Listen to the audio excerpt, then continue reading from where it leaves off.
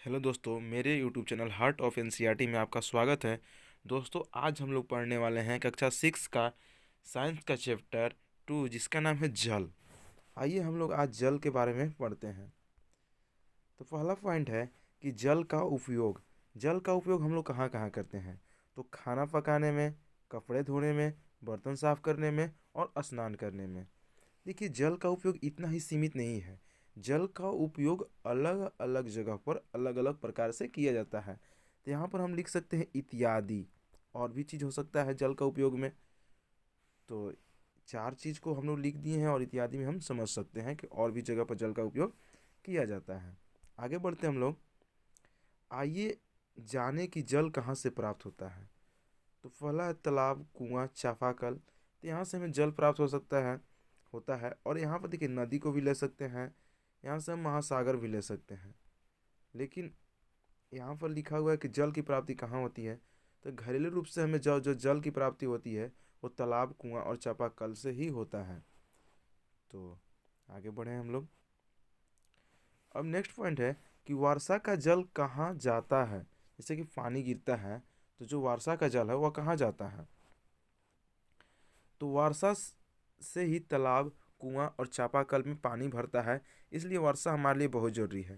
देखिए, वर्षा के जो जल है उसी से क्या होता है, एक मिनट। वर्षा के जल से ही कुआं और चापाकल में पानी भरता है, इसलिए वर्षा के लिए हमारा जल जो है, वर्षा होना बहुत ज़रूरी है। अब क्वेश्चन ये होगा कि सर, तालाब तो गड्ढा होता है और वर्षा हुआ तो ये भर गया, ठीक बात है। लेकिन मेरा कुआं भी मान लीजिए इस टाइप का होता है सर, इसमें पानी आया तो भर गया। लेकिन चापाकल तो पैक रहता है सर, उसमें पानी कैसे जाएगा? उसमें पानी कैसे जाता है, आइए हम लोग समझेंगे। तो हम लोग को इस चीज़ समझ गए होंगे कि वर्षा का जल कहाँ जाता है। तो वर्षा का जल जो है तालाब में जाता है, कुछ चापाकल में जाता है, कुछ कहाँ जाता है, कुआं में जाता है, और कुछ नदी महासागर में चले जाते हैं।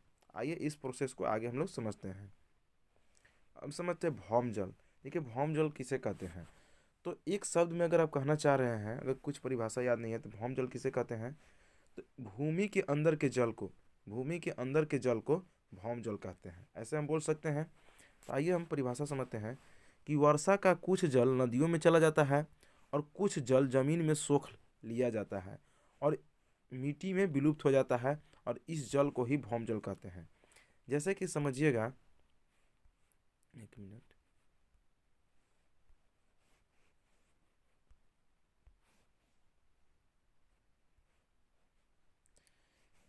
कि यहाँ पर जैसे कि दिया हुआ है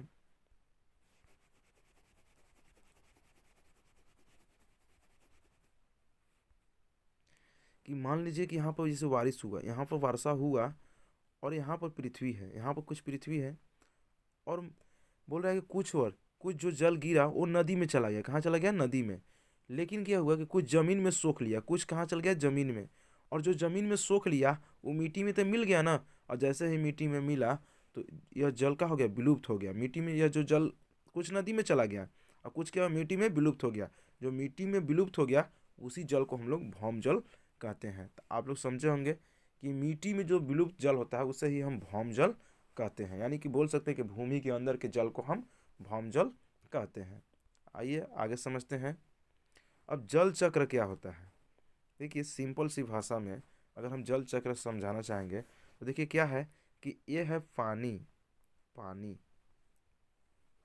पानी का बादल बनना। देखिए, पानी का बादल बनना और बादल का पानी बनना, इसी को जल चक्र कहा गया है। पानी का बादल बनना और बादल को पानी बनना ही क्या है? जल चक्र है। अभी कैसे पानी बादल बन जाता है और कैसे बादल पानी बनता है, जैसे कि कैसे पानी बादल बनता है और कैसे बादल पानी बनता है, इस प्रोसेस को ही क्या कहते हैं? जल चक्र।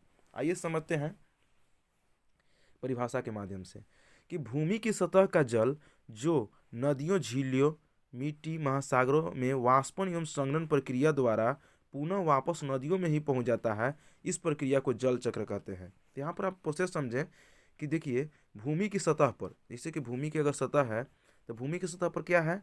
तो देखिए, नदी है, झील है, महासागर है। तो इस सब में क्या है? पानी है। और प्रोसेस क्या हो रहा है? वाष्पन एवं संघनन। देखिए, वाष्पन और संघनन के प्रोसेस होता है, और उसके फलस्वरूप क्या होता है कि अगर नदी का जो पानी है या महासागर का पानी है वो पुनः से वहीं आ जाता है, और इसी प्रोसेस को क्या कहा गया है, जल चक्र कहा गया है। तो देखिए पानी का, अब हम लोग समझेंगे, पहला पॉइंट दे दिया यहाँ पर, देखिए वाष्पन और संघनन। तो उसको हम लोग समझते हैं कि वाष्पनन क्या होता है और संघनन क्या होता है। तो आइए आगे बढ़ते हैं। तो पहले यहाँ पर दे दिया है, ध्यान समझिएगा कि पहले वाष्पन और हम क्या कहते हैं, संघनन को समझने के बाद इस फिगर को समझेंगे तो अच्छा रहेगा। तो इससे पहले हम लोग वाष्पन समझ लेते हैं। देखिए वाष्पन किसे कहते हैं। वाष्पन, देखिए जब जल को, जैसे कि पानी है, पानी पानी कहीं भी हो सकता है, देखिए कुआं में भी हो सकता है, नदी में भी हो सकता है, तालाब में भी हो सकता है, महासागर में।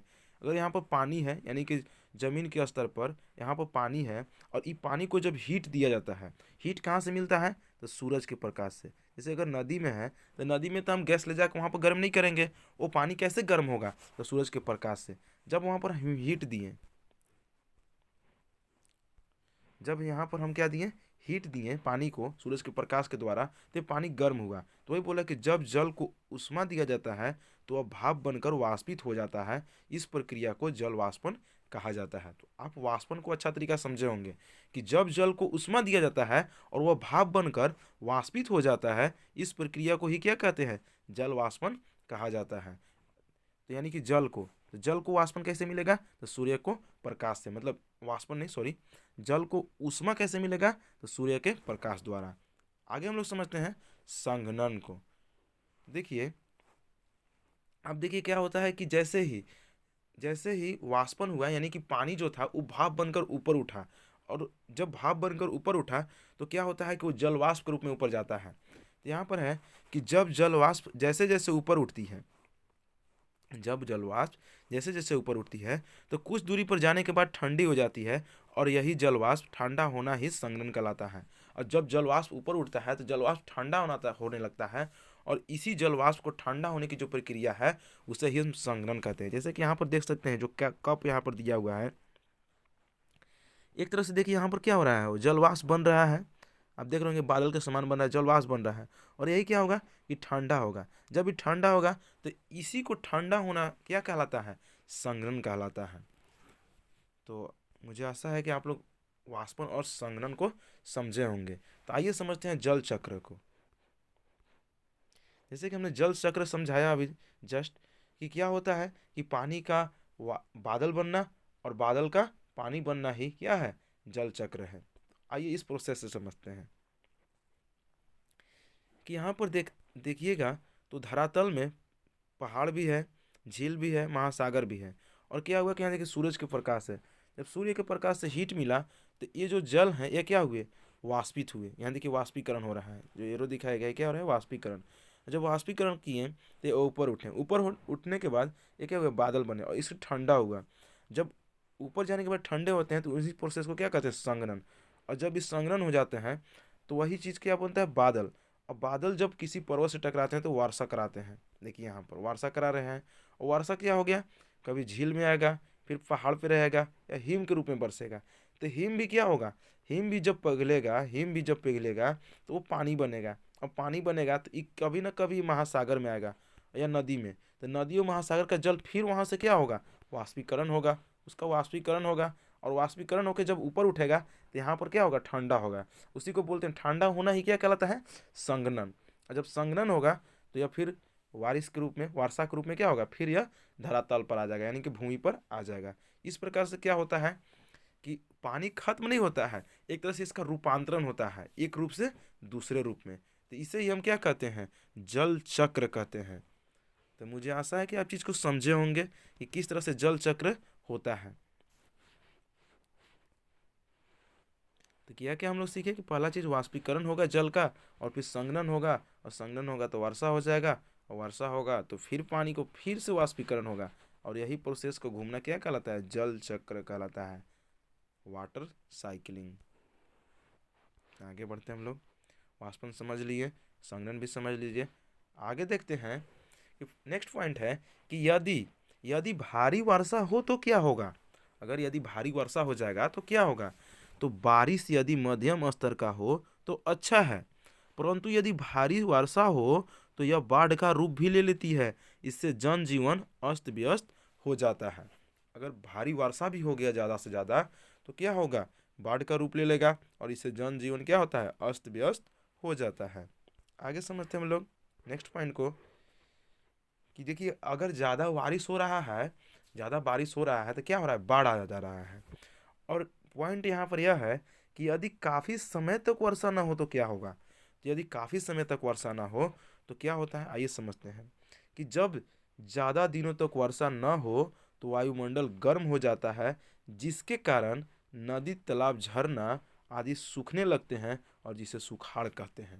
जिसे क्या कहते हैं, सुखाड़ कहते हैं। अगर काफ़ी समय तक वर्षा ना हो तो सुखाड़ हो जाएगा और ज़्यादा बारिश हो तो बाढ़ आ सकता है। तो इस परिस्थितियों को समझ से निपटने के लिए हमें क्या करना होगा, तो उसी का हम लोग यहाँ निष्कर्ष निकाले हैं। थोड़ा निष्कर्ष रॉन्ग टाइप हो गया है, इस टाइप का होगा। हम सभी अब समझ सकते हैं कि वर्षा की अधिकता और न्यूनता दोनों ही हानिकारक है। यानी कि देखिएगा कि अगर अधिकता कहने का मतलब है कि ज़्यादा अधिक हो जाएगा वर्षा तो बाढ़ आने की संभावना है, और यदि न्यूनता हो गया तो क्या हो जाएगा, सुखाड़ आ जाएगा। तो दोनों में प्रॉब्लम है, दोनों क्या है, हानिकारक हैं। तो हमें इन परिस्थितियों से निपटने के लिए कुछ तैयारी करनी चाहिए। जैसे कि अगर ज़्यादा बारिश हो जाए तो हम बाढ़ को कैसे रोक सकते हैं, और कम पानी हो तो हम सुखाड़ से कैसे निपट सकते हैं। तो इन परिस्थितियों से निपटने के लिए हमें कुछ तैयारी करनी चाहिए। आइए समझते हैं कि क्या क्या तैयारी करना चाहिए। तो पहला है वर्षा जल संग्रहण। वर्षा जल संग्रहण क्या है, तो देखिए वर्षा जल संग्रहण, देखिए संग्रहण के मतलब होता है किसी चीज़ को बचा कर रखना, और वर्षा मतलब वर्षा जो पानी ऊपर से गिरता है वैसे वर्षा और जल कहते हैं। तो यानी कि वर्षा जल संग्रहण को अगर हम एक लाइन में बोलेंगे तो क्या कह सकते हैं कि वर्षा के जल को इकट्ठा करना, यहाँ इकट्ठा होगा, इकट्ठा करना या बचाना ही वर्षा जल संग्रहण कहलाता है। वर्षा के जल को इकट्ठा करना या बचाना ही क्या कहलाता है, वर्षा जल संग्रहण कहलाता है।